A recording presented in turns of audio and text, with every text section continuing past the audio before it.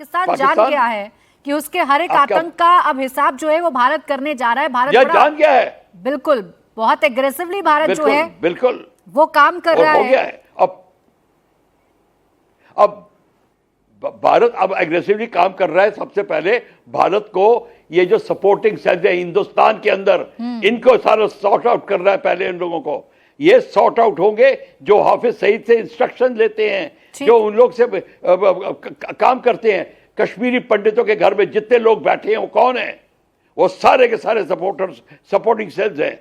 ये अभी आपको पता चल गया, तभी तो चीफ मिनिस्टर ने कहा था मैं अपने लोगों को बचा नहीं पाया, तब स्टेटहुड कैसे मांगू।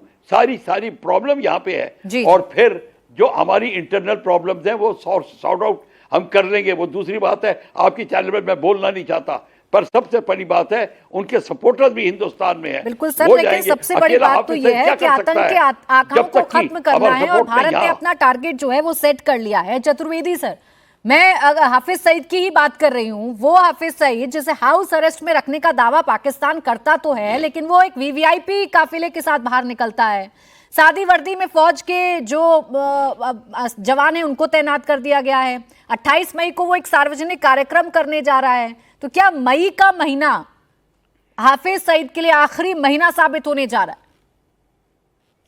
है? पहले तो प्राची जी बहुत बहुत धन्यवाद कि आपने मुझे बुलाया। मैं सारे पैनलिस्ट को भी अपना जय हिंद बोलता हूँ। मैं इसमें जो अगर आप गौर कीजिए कुछ चीजें जो ध्यान देने वाली बात है। जब पहलगाम हुआ तो प्राइम मिनिस्टर ने एक भाषण दिया जिसमें उन्होंने कहा कि जो इसके पीछे हैं उनका भी फैसला होगा, उनका भी हिसाब होगा ना। जहां ये हुआ पाकिस्तान में अपने आप खलबली मचने लगी। प्राइम मिनिस्टर ने अपनी स्पीच में, मैंने 2-3 बार उसको सुनने की कोशिश की, उन्होंने कहीं नहीं कहा कि भाई हम पाकिस्तान, क्योंकि पाकिस्तान जो है वो फाउंटेन हेड है किसी तरह की दहशतगर्दी के लिए। तो उनको अपने आप में, जैसे वो हिंदी में बोलते हैं ना, चोर की दाढ़ी में तिनका, तो वो वाली बात है कि उनको अपने आप ही लगा कि हमारे ऊपर होगा। तो ये चीज जो है हाफिज सईद उसका एक एलिमेंट है। मैं कहना चाहता हूं कि अगर आप फिर इंडिया का रिस्पांस देखें कि इंडिया ने पहले क्या किया कि नवाज शरीफ साहब को बुलाया, नवाज शरीफ साहब की ग्रैंड डॉटर की शादी में भी गए।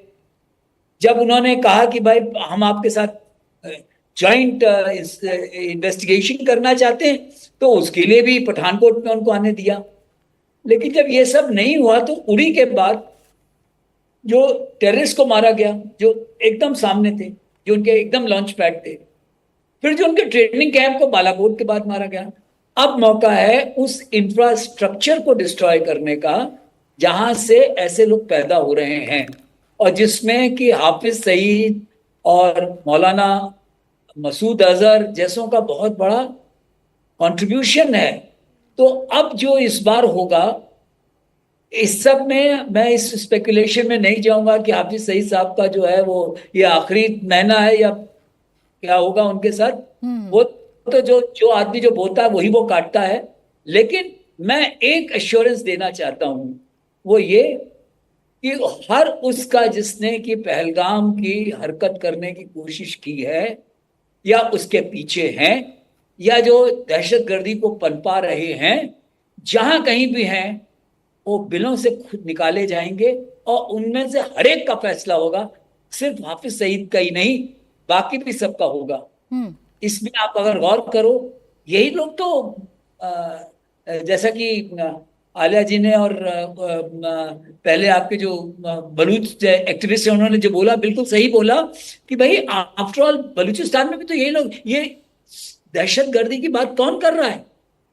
1942-43 में जिन्ना ने एक स्पीच दी कि 2 नेशन है और ये है वो है, हम अलग हैं, वो आज भी, अरे हिंदुस्तान में हमारे 1, 2, 3 प्राइम प्रेसिडेंट हो गए हैं जो कि मुस्लिम थे। हमारे यहाँ कोई ऐसी बीच में कोई वो नहीं है। हमारे IH लतीफ साहब एयरफोर्स के हेड रहे हैं जी। तो ये तो हमारे यहाँ तो ऐसा कुछ नहीं। तो ये चीज इनको जानने की जरूरत है कि इंसानियत एक बहुत बड़ी चीज है।